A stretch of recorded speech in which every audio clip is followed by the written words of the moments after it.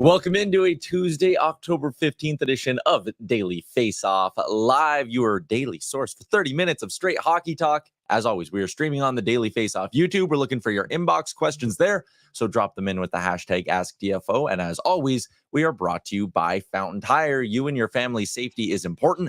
Fountain Tire specializes in tire and auto service, and you don't have to settle for a good deal or good customer service because at Fountain Tire, they can do both. They treat your vehicle like it's their vehicle. If you need new tires or maybe your engine has a rattle, stop into Fountain Tire and they will help you sort it out. Stop into Fountain Tire today or make an appointment online at fountaintire.com. I'm Tyler Remchuk. He is our Daily Faceoff insider, Frank Saravalli. Frank, how you doing on Tuesday? Tuesday, October 15th, also known as Tyler Yaremchuk's 27th birthday. Happy birthday to Tyler. Big day. Always, I get the alert. It's actually, I don't know, for whatever reason, it comes pops on my phone like 2 days earlier. It's like Tyler's birthday, Tuesday. So there you go. That's how you know you've made it. Good. They want your phone wants you to really remember and plan ahead for the big occasion, Frank. But thank you to everyone in the chat as well. Let's dig into some hockey headlines. Frank, we're going to be joined by our pal Jon Goyens in a bit. The Coches Room is back for another segment, Frank. But let's start with the games last night. Coach's hair was falling out in that L.A. Ottawa game because 7 goals aside in regulation, and then Ottawa converts on the 2-pointer, I guess you could say, to win in overtime. I don't know. Now the analogy is getting a little bit weird. But 15 goals in this hockey game is crazy. Also, Darcy Kemper left in for all 8 of them is also insane. But no team was either up by more than 2 goals at either point. So it was like, hey, it didn't make sense to pull them. This was just a weird one. And also in the afternoon on a Thanksgiving Monday. I mean, this was tremendous. I love that the Sens are able to get it done. The Kings had struggled to score in their first few games of the year. They get 7 by, and by the way, they're undefeated in regulation so far on this, seemingly Odyssey season opening road trip, pretty far from home. And so the only thing I could think of, and I know this is wrong, the only thing I could think of was the Jets beating the Flyers 9-8 also in October. I'm covering the Flyers. This is 2011. And this was the Ilya Bryzgalov lost in the woods without an iPhone compass day. And that's the first thing that I thought of was Bryzgalov kind of beginning of his tenure in Philly and him saying, guys, I was lost. And that's kind of maybe what it felt like for, these teams in that moment, just not a typical hockey game and also highly entertaining. We know that it's not going to be like that. Look at how many 8-4, 6-4, 6-5 games we've seen so far to open up the season. Coaches always find a way to clamp down, but it seems like October is when stuff like that usually runs together. We were also on a little bit of an e-bug watch there, too, with Anton Forsberg going to the locker room, Mads Sogard in, Linus Ullmark's already out for the Sens. So it was almost an e-bug situation there, but it got crazy yesterday in the afternoon. I wanted to quickly talk about some storylines from the Kings side of this game because we haven't spent a ton of time talking about this team so far this year, Frank. And, I guess somewhat justified. The last couple of years, they've been kind of a sneaky, sexy cup pick. A lot of people saying, oh, this is the year they can break out. Maybe they win the division, things like that. And this year, expectations seem a lot lower than that. But there are a couple of reasons, I think, to maybe be optimistic. The first one is the ageless wonder, Anze Kopitar. He already has 6 points in 3 games this year. And yes, a big outburst yesterday certainly balloons the numbers a little bit. But just looking back through his career, Frank, I can't think of anyone or very few players who have done it as consistently as Anze Kopitar. Yeah, consistently excellent. Hat trick to open the season in Buffalo. He's just at a time when there's probably some pressure on him and the rest of the team. No Drew Doughty for the first few months of the season. He's come through in a big way. I think this team is also facing pressure as a whole. Yeah, 3 consecutive playoff appearances, 3 losses. Step forward, and who's going to do that? Who's going to be the person that steps up to help bridge that and get that team there? And I don't know that many people would have been picking Kopitar at that age to do it, but it seems like he hasn't lost a step at all and is as good as he's been. Yeah. Potentially another 70-plus point season coming this year for Kopitar. He's done it now in back-to-back years. Another name on LA that, again, I think just deserves a little bit of love. The Drew Doughty injury happened, and I think, again, a lot of people looked at that and were like, okay, got to be cautious of the Kings this year. Brandt Clarke, I think, is ready to go, Frank. I don't think this is a guy who the moment or the expectations are going to be too much for him. They've not slow played his development, but they've never rushed him at any stage. And I think that means he is ready to go for an 82-game NHL season. 3 points for Brandt Clarke, all on the power play. Whatever you lose with Doughty, Clarke can at least pick up for it with the man advantage. Yeah, I said it as soon as Doughty went out. That just meant more opportunity for Brandt Clarke. He was one of my 10 breakout players of the year, and he's someone that is supremely talented, and you're right, has progressed to this point the right way with the right tempo. And I think he's ready to go to be at that level for a full 82-game season. Absolutely. Also, 50 points. That's my projection. 50 points for Brandt Clarke. I like that. Do you think he keeps that top power play spot even when Doughty's back? Probably not. I mean, Drew Doughty's one of the best in the world at what he does, but it's a great option to have in your arsenal in Brandt Clarke. Yeah, absolutely. I did also find it interesting yesterday that even though there were 15 goals scored in that hockey game, 14 players between the two teams were still held scoreless. I know there were a lot of fantasy owners posting the Byfield and Trevor Moore stat lines being like 15 goals. You didn't get in on one of them. Crazy. Absolutely crazy. Let's move along to something we talked about yesterday. And I mean, we had Jesse Montano on. We talked about the Avs goaltending struggles. And then yesterday it was check the watch, 5 Past Georgiev time. It was another rough night between the pipes for Colorado. And listen, we're going to look back at a handful of things we talk about in the first week here and be like, hey, that was an overreaction. That wasn't as big of a deal as we thought it was. But really with Colorado here, you're 0-3. They'll win 5 or 6 in a row at some point and they'll be all good. But it might not be because of the goaltending. And while some things, like I said, are going to be early season overreactions, with this Georgiev Avs goaltending situation, this is not a new thing. This isn't Georgiev coming off his .918 save percentage season like he was a few years ago. This is a guy who struggled. This is a guy who had struggles in the playoffs at moments as well. It might get late early for Colorado in terms of how they got to handle the goaltending. Well, the goaltending for sure. Yeah. Look, Georgiev played 74 games last year at .897. That's a really strong sample size to then come in this year and be sub 800. Do we think that's going to continue? No, but I'd be real surprised if we get to Wednesday's game and one of Capo Kakinen or Justus Annunen isn't starting. I think they have to. They owe it to the rest of their team at this point. Everyone's curious on Kakinen's immigration status. That's kind of the big thing that's holding things up. But you claim this guy off waivers. If he's ready to go, he should be the guy that starts Wednesday to try and give this team a shot in the arm. Yeah, and they get the Boston Bruins as well. So not exactly an easy point on the schedule at this time of the year. There's not very many of those, but I mean, also, if you're holding your breath for Capo Kakinen to save the day, this is a guy, again, he was on the Sharks at one point. Like this is I disagree. I totally disagree. If you look at Capo Kakinen's record in the NHL, he's well north of a .900 save percentage when you take out the San Jose Sharks. They've been one of the worst teams in the league, one of the worst teams of the past few decades, the last few years. So I'm not holding any lack of support in front of him against Capo Kakinen. Did he wake up and suddenly forget how to play goalie? No, I don't think that's the case. So I'm glad to see him outside of that environment to see what he can do. It's a big moment for him in his career. Yeah, the last time he was out of the Sharks organization in New Jersey, he had very good numbers. So I think that's a good point. Also, early in his career in Minnesota, he did also have some solid numbers as a backup. And, you know, maybe for Colorado as well, you're just sitting there saying, all right, just buy us a couple of weeks here and we can maybe try to get Alexander Georgiev right. But definitely one of those stories. So, yeah. 6 games in New Jersey. I know, small sample size, 923, 54 games in Minnesota, 907, 79 games in San Jose, 892. That significantly skews down your save percentage for a career to 899. He's well north of that. Take him outside of one of the worst teams we've seen in a long time. Interesting. All right. Maybe it is Kakinen going on Wednesday. As always, starting goalies with Carter Hutton here on the Daily Faceoff YouTube, an easy spot to get that plug in. And speaking of goaltending, there is zero goaltending concerns out in New Jersey. They're having a great time to start the year.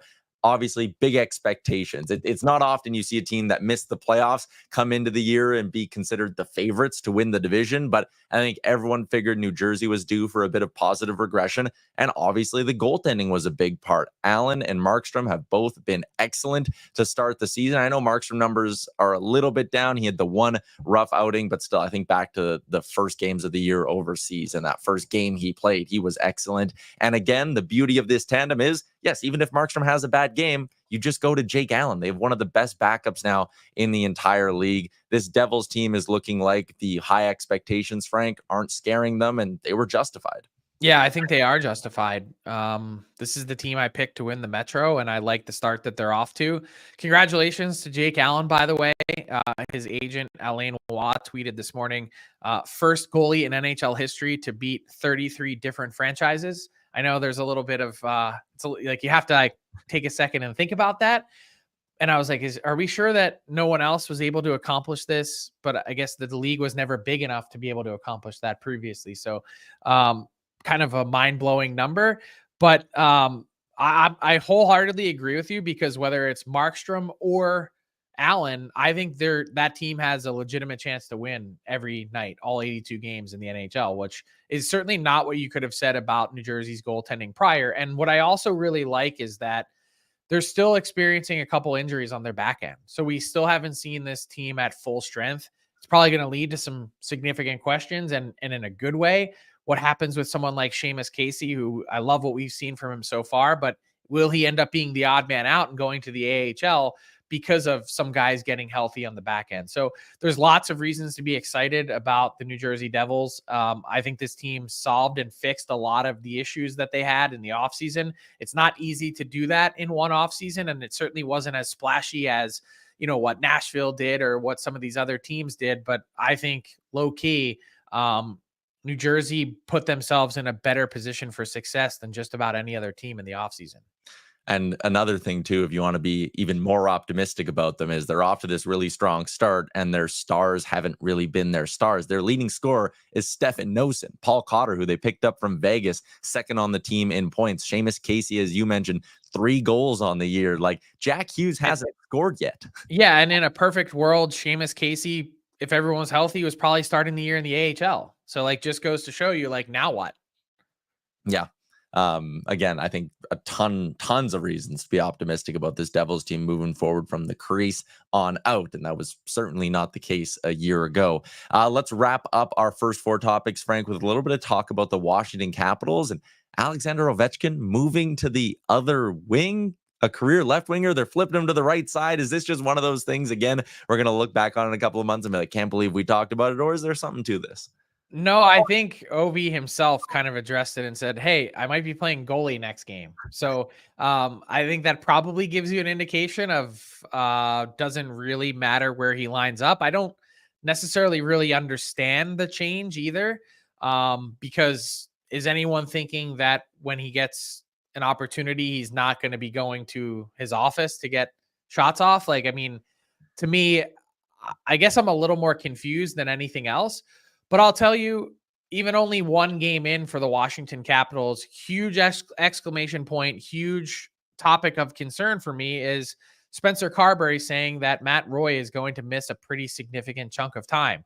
They had initially listed him as day-to-day, but the fact that he's going to be out for a bit, he was such a prized offseason addition. I think a big reason why, when you combine him with Jacob Chikrin, with some of the other pieces that Washington added, they significantly upgraded their blue line in such a big way. To me, Roy is really one of the best pure defenders that had hit the market in recent years. And to not have him for a chunk of time as everyone else is trying to get set, that is certainly going to hurt for the Caps. I will say, though, I still like their depth on the blue line, even without him. Like, their third pairing is still Rasmus Sandin, Trevor Van Riemsdyk. I guess you can maybe argue it's Martin Feravari and Dylan McIlrath now. Yep. But again, I like McIlrath as a 7. I think he's a guy who can be serviceable for you. Top pairing of Chikrin and Carr. The blue line still actually looks pretty good to me. But it's light years better than it was last year. And I think that part is really important to keep in mind with whatever success the Caps have next. Absolutely. They're taking on the Vegas Golden Knights tonight in their second game of the year, a rematch of the 2018 Stanley Cup final. Vegas, of course, eventually did finish the job off a number of years later. But just quickly on the Vegas Golden Knights, Frank, what do you make of their hot start? They're a team that I looked at and I was like, okay, I don't know if I love that Victor Olofsson's kind of your big ad, but I will say one thing that I maybe overlooked. They also did pick up Alexander Holtz, but there wasn't a sexy, splashy move. But then you go, okay, wait, maybe I was underestimating full year of a healthy Thomas Hertl, full year of Noah Hannafin, who they were able to retain after acquiring at the deadline. Maybe a full year of a healthy Mark Stone now. Like, if they're healthy, I think I maybe overlooked the Golden Knights a bit. Yeah, I mean, I was kind of trying to remind you and some other, Pacific Division watchers of like, hey, this team is still really good. They're probably going to be better than they were last year. And yeah, I know there's some people sitting there, Frank, did you not see that last season this team started 11-1-0? Yeah, I did. And I know that the wheels fell off a bit after the fact, and they were never, even with those acquisitions, never really able to get back on track. But this is a really good team that I think is much stronger. And I think certainly something to keep in mind for a team like the Oilers as they're scuffling a bit is, you're not going to be overwhelmed by a 6-point gap to this point, but you certainly want to get your act together and get in gear, because I think Vegas is a formidable team. And I think the way that they're structured, even though they've got maybe the most unique cap structure in the league with all the guys that they pay big money to and all the rest that they don't, I think some of those bottom 6 pieces have a chance to maybe, hit some doubles and triples for them at that price point.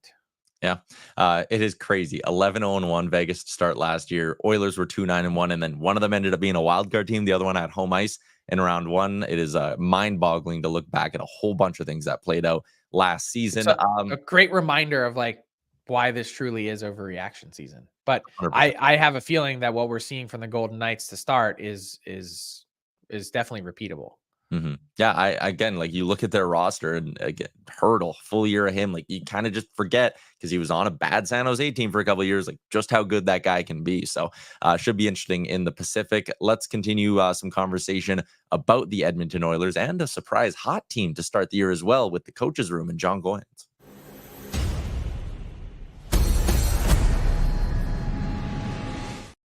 Always a pleasure to welcome Jon Goyens back into the program. You can find him on Twitter at gourmet_hockey. Jon, I like that you got the Oilers Nation hat on to maybe try to manifest some good fortune for me tonight and the guys in Edmonton. But let's start with those Oilers. Listen, the Edmonton has never been afraid to play fire wagon hockey and trade chances back and forth. And they've always, or at least traditionally, been good at scoring off the rush. But so far this season, 0 goals scored off the rush, and they lead the league in the most goals against in that category. What's been going on in Edmonton? Why is this script getting flipped here? Here, I'll answer that with a quick question. Who do you think is tied? Who do you think is tied for no goals off the rush and the most goals against off the rush right now in the NHL? Another team that has similar offense. Colorado Avalanche. So what happens is when the offense and the wheels come off that fire wagon style of offense, what happens? You're going to cheat a little bit. You're going to hope. You guys know I like to say hope and poke at times, right? You're not completely engaged in that 200-foot game, which led them to a long and very close to fruitful Stanley Cup playoff run. Right now, it's like, is it a mix of hangover, this, that, and the next thing? Whatever the case may be, whatever is ailing them on offense is affecting how they defend or their engagement defensively. So let's fire up these clips because it's getting UGLY early and often. Look at this, 3 forwards down low, hoping that they come up with the puck.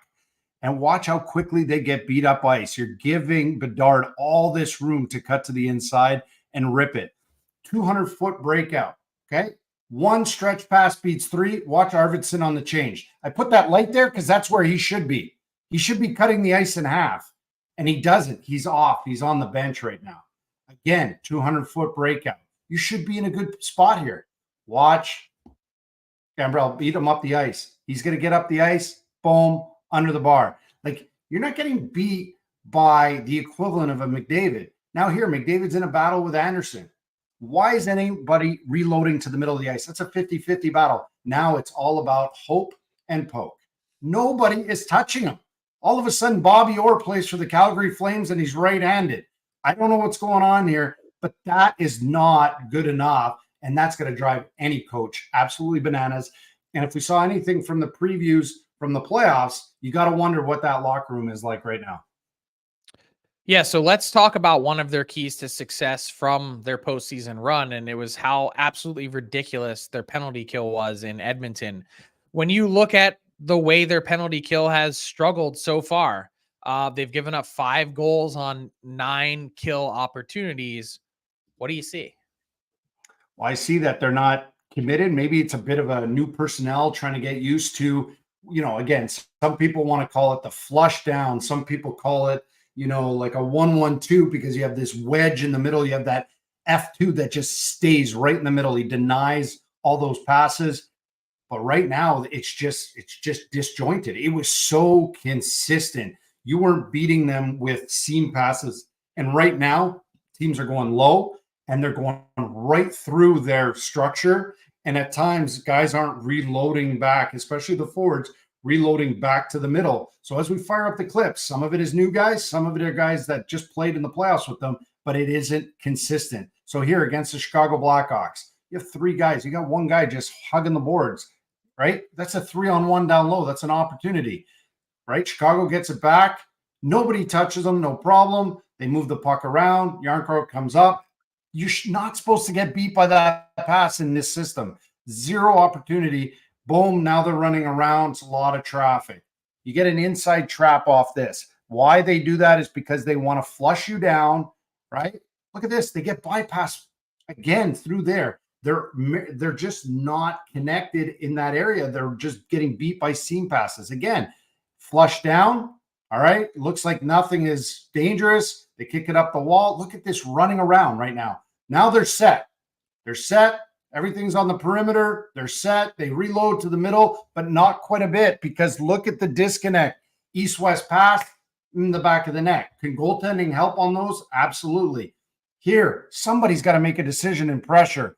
Nobody pressures. They give them the zone, right? That's fine. You're on the perimeter. They reload. Watch right here. That's where he should be, right in that pocket. And he's not in that pocket. Kulak comes out, doesn't get big in the shot lane. And again, zone entries. Similar thing we saw at 5-on-5. Indecision on the kickouts leads to east-west and a tap-in pass for Scheifele right there. It's just not good enough. Communication is definitely lacking.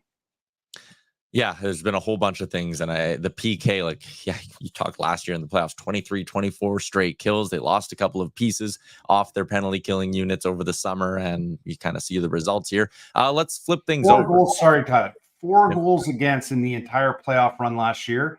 And then they also had 3 shorthanded goals. They've given up 5 in the first 3 games. Yeah, that is ugly. Penalty killing percentage at 44.4% is not good. Their power play should be closer to that number rather than their PK. But let's flip things over. The Montreal Canadiens are 2-2 to start the year, and I know they lost last night to the Pittsburgh Penguins, but I still think it's been a pretty encouraging start for the Habs. And one thing that's been a hot topic in Montreal over the last number of years is the special teams. And their PK right now is looking pretty good, 10 for 11 to start the year. What has changed for a penalty killing unit that was 24th in the league last year? So usually we see a lot of these, like the formation that Edmonton used last year. There's several teams that use that. And then a lot of teams want to use a diamond. Montreal had a kind of a disjointed diamond at times where the D2, the net front D, would flex way out into the high slot. And it looked like a 1-3. So you had this highway of space behind D2 and teams would get behind them. They'd go backdoor passes like crazy and they'd beat them. They'd also get spread out. It's like sometimes one guy get aggressive and the other guys weren't sure. Right now, they're playing more of a poised, patient, tight diamond. And they're saying, you got to come to us. You want to go down low? We're going to force you to make saucer passes down low. You want to shoot? You're going to have to shoot from range and you're going to have to hope you get a stick on it or hope you get a rebound. Because right now, Montembeau's seeing the puck really, really well. He's a big man playing big, but also the Montreal Canadiens are number 1 on shot attempts block on the PK. Number 1. And you'll see that in some of our clips. Tight diamond, a lot of shot blocks, and a real consistent set of play, and a lot of communication. You'll see a lot of hand gesturing, a lot of pointing. Watch, diamond's tight. Nobody's too worried, right? This is against Toronto, first game of the season. Again, super tight. And right there, you're going to see that from Savard. He's going to go down. Some people don't like it. He's going to go down on all fours. He's going to lie down on his belly. He doesn't get tied up. But right now, they're letting Montembeault do his job and see the puck. Here, Boston tries to get around. They get him in the tight diamond. Watch Savard and Matheson have to switch spots here. And then Matheson's going to take one right off the inside of the knee, right here. Boom. And again, it's just there's a commitment to shooting. Last night, forcing guys to shoot from 40 feet out. Sure, Crosby's probably a guy that can do it. But the other part is, look at this is a Hall of Fame set of power play guys. Again, another 45-foot shot. That's a shot out of frustration, hoping it gets through. The other part is you're forcing teams to stick handle. So much stick handling. And again, you're forcing them to elevate that puck down low. So you're hoping to go tape to tape. I covered this game the other day. Ottawa was perimeter nonstop. Gooley, who I think is on fire. I think he's going to be one of the top 5 best two-way defensemen real soon. Cuts it off back door. Again, net presence. Look at the kid. He blocks the shot. That's not enough. Why not block one more here just before the end of this PK? And he's going to take one right off the ankle. There's a commitment level to blocking shots, but the tight diamond aspect, they don't get away from it. Yeah, that's big to have that consistent approach. Sam Montembeault has been the engine behind that PK, as we just talked about. What do you think's been motivating him? Four Nations Cup, 100%. You got games in Montreal, you got games in Boston. We've been debating this during broadcasts. I mean, you won the World Championships a couple of years ago. When he isn't overtaxed, when he isn't overused, and that's going to be key for him this year, he's come out of the gate really strong. Last night is not on him. They gave up a lot of key opportunities, but that's going to be that board that I'm going to eventually challenge you guys is going to be who is going to represent Canada between the pipes. And right now, he's making a real good argument for himself to be one of the 3, and if not, one of the 2 goalies dressed for every game, whether he's a starter or a backup.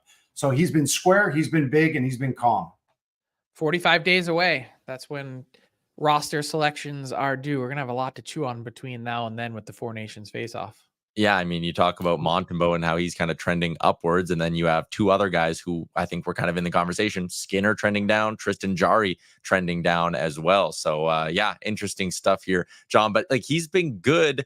Well, I wanted to have one more thing because you do cover the Habs on such a regular basis. This blue line being kind of as young as it is right now. Lane Hudson, you mentioned Caden Gooley as well. Is there reason to believe that like Montembeault's numbers could, I mean, they're astronomical. They're insane right now, but like this could actually be a guy who puts together a really nice season because that blue line should only get better as the year goes on.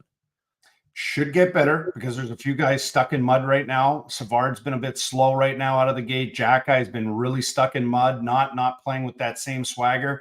And you see in all these clips, look how tall he is right now. He's not fighting to find the puck. It's a hell of a save to get out on the PK. He's been a key component of their PK when shots aren't getting blocked. He's been big. He's been calm. He is allowing that youthfulness on D to mature, to grow, to basically be a safety valve at times. And he's just got a real calm demeanor about him. He's always kind of had that, but right now it seems like it's on another level. And I think, again, that extra added motivation of the Four Nations Cup is right at the forefront of his performances. Mm-hmm. All right, John, really appreciate your time. Look forward to doing this every week throughout the year.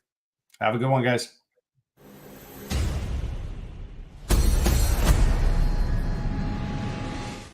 What else is new? We get talking tape with Jon Goyens and we lose track of time. But Frank, let's quickly get to our daily face-off inbox question, which is brought to you by Charm Diamond Centers, proudly Canadian owned and operated since 1972 with more than 85 locations across the country through Charm and their sister brands. You can get a custom ring built and delivered in less than 4 weeks with the Charm Masterpiece program. And I can tell you, it works, and it is a beautiful process. For more information, go to charmdiamondcenters.com. Frank, I am going to ask you a quick smoke, fire, or false alarm question.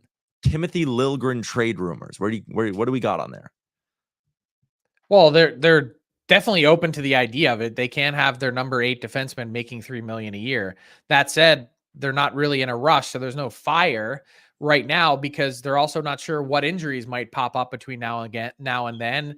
And does it really make sense to unload a 25-year-old right shot defenseman when his value is at his absolute lowest? So I think they're kind of just slow playing this and seeing if they can get Liljegren back in the lineup and playing again. Fair enough. Let's move along to our daily bets brought to you by Bet365. Download the app and use the promo code DAILY to get in on a massive range of markets. Daily 365, sorry, is that promo code. Whatever the sport, whatever the moment, it's never ordinary at Bet365. Frank, first one I got for you. Over between Chicago and Calgary. It is set at 6 and not 6.5.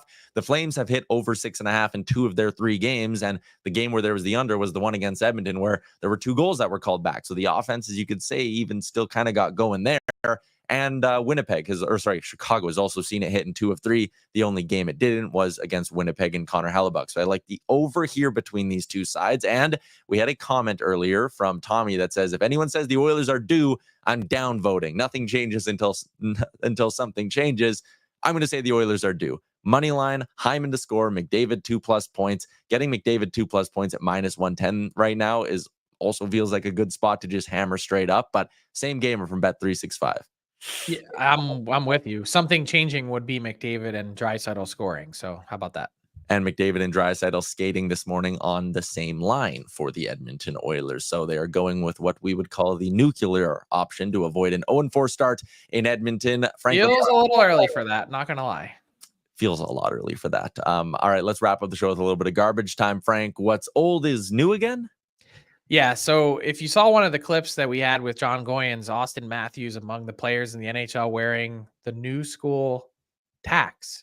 And if you have spent any time at a local rink back in the day, these were all the rage. Like my dad had a pair, it still has a pair of the tacks with the pump on them, if you remember those. So I love that they have sort of redesigned these to make them look like the old school ones. They look so good, such a clean pair of skates, and just wanted to give a little love to CCM and Tax because for the longest time, I don't know what it was like in your family, whether you grew up wearing Bauer or Graf or whatever it is that you were into. To me, Tax were the gold standard, the original, the OG, and to see those represented again in today's NHL with some of the best players, it's such a good look. It's so clean. It's so crisp. And I know there are a couple of guys who wear some flashier skates now. And I know guys like to mess around at the All-Star game, but this just looks so clean. There's something about just a nice black and white pair of hockey skates. Feels like the way it's supposed to be. Oh man, I got to unearth my dad's old school tacks with the pumps. It's so cool.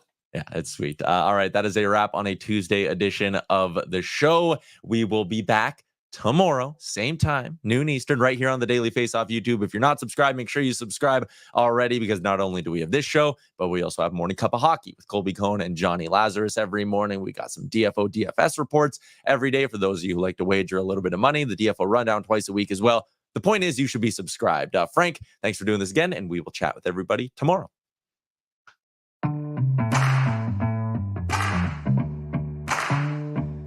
What's up, hockey fans? If you enjoyed that video, then you're going to want to hit the subscribe button to not miss any of our content, from daily live shows with Frank Saravalli to analysis from former NHLers to exclusive interviews with some of the biggest names in the hockey world on Frankly Speaking. You're going to want to hit that subscribe button and stay up to date with everything going on in the hockey world.